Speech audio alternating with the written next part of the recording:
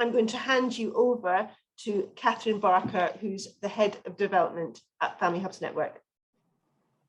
Thank you, Samantha.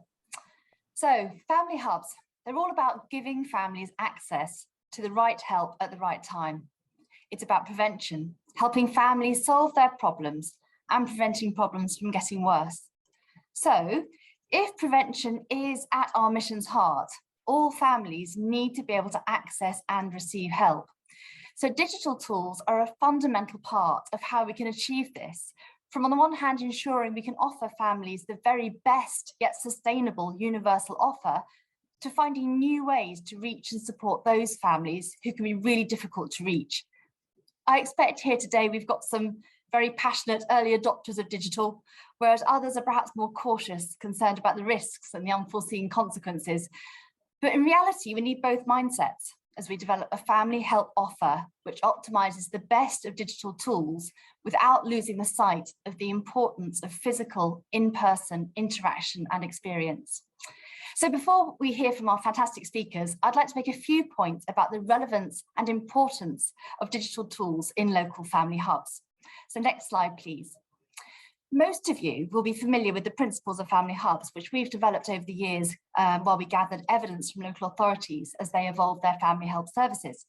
So when family hubs became government policy in 2020, the Department for Education's Family Hubs policy team developed a family hub model framework, which reflected these principles. The framework specifies 3 pillars, which helpfully draw out 3 key themes: access, relationship, and connection. And I'm going to use these to structure some observations about digital tools from what we've learned in our conversations with local authorities and digital partners. So next slide, let's start with access.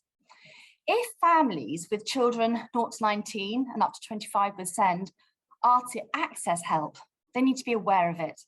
Digital communication's got a fundamental role to play here in reaching, informing, and engaging with families. This means thinking about websites, the local council website, the Family Information Service, and perhaps a bespoke Family Hubs network website, as launched recently in the Isle of Wight, for example. It's about social media, and it's also about search engine optimization. Googling is many parents' first resort, and how high the local Family Hub network appears in internet search results makes the difference between being known about or not. Outreach to target groups can be facilitated by the skilled use of social media and search engine optimization, but also bespoke email campaigns. And Emma Roberts from Staffordshire is going to be talking to us more about those. And that brings us on to digital tools in the delivery of services. They will increase their accessibility for many. So regarding universal need, if all families can be aware of and access self-help digital resources to help themselves, then we can succeed in offering more families help early and preventing problems getting worse. For those who need help provided by professionals, such as group programs, virtual delivery can enable and encourage some hard-to-reach families to take part. And virtual delivery can also enable a local authority to deliver more families to more programs to more families. Joanne McIntosh from Barnardo's in Newcastle is going to be unpacking the pros and cons of these. Let's move on to the next slide, relationship. So relationship as a second pillar of family hubs is a reminder that digital cannot and should not replace in-person encounters. A relational culture is fundamental to the success of family hubs. It's about creating a system which exudes a relational approach, impacting the way professionals work together and how all families, not those that are getting family support, all families are received and helped. Digital tools can play a part in this. For example, during lockdown, we discovered how direct digital communication between practitioner and family can not only maintain connection, but facilitate relationships with the hard to reach, such as the mum who would not let any professional into her home until a dialogue by text message had built the trust between her and them, or the youth mentor who finally connected with a troubled adolescent through WhatsApp messaging. So for some of us, the protocols had prevented this kind of communication previously. But in a needs-must situation, new possibilities have been found.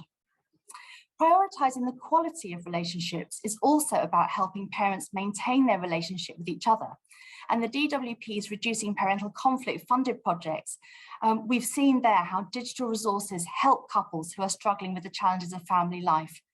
If you can help parents to recognise the impact of conflict on their children and understand the triggers for conflict with someone they love, with help, many can improve their relationship with benefits for the children too.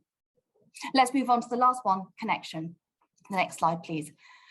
Sharing data is fundamental to enabling professionals to work together better in understanding a family's needs, providing effective and timely help, and measuring the impact and sharing the responsibility of the outcomes achieved. We're so pleased to have Mitesh Mistry here to update us on the Growing Up Well project, and also Simon Topping from Brent, who'll be talking to us about not just sharing data, but how a new online registration and booking system can facilitate connection between families and services with wide-ranging benefits. The relevance of digital tools to connection is also relevant in how professionals work together day in, day out, and virtual team meetings have become the norm. Irene Koukoulis in Nottinghamshire is going to be giving us more insight into this. So moving on to my last slide, to conclude, a blended or hybrid offer makes the best use of both digital and in-person services in a complementary way, facilitating a better universal offer and helping to engage those who can be difficult to reach in a cost-effective way. However, digital exclusion is a real challenge. We're going to be touching on this throughout. And other issues include the danger that digital resources might become the focus of a universal offer and even discourage families from accessing more support, or the financial investment needed. Frank Young of Civitas is going to be talking about some ideas here, but the financial investment required is a concern. And lastly, if we rely too heavily on some digital tools, we are likely to see the erosion of relationships rather than the enhancement of them. So I look forward to our speakers sharing their insight and also encourage our attendees to use the chat to share their learnings as well as submit questions. Please do that. As a network, we really prize opportunities for collaboration and shared learning, and we hope that today is no exception. Thank you.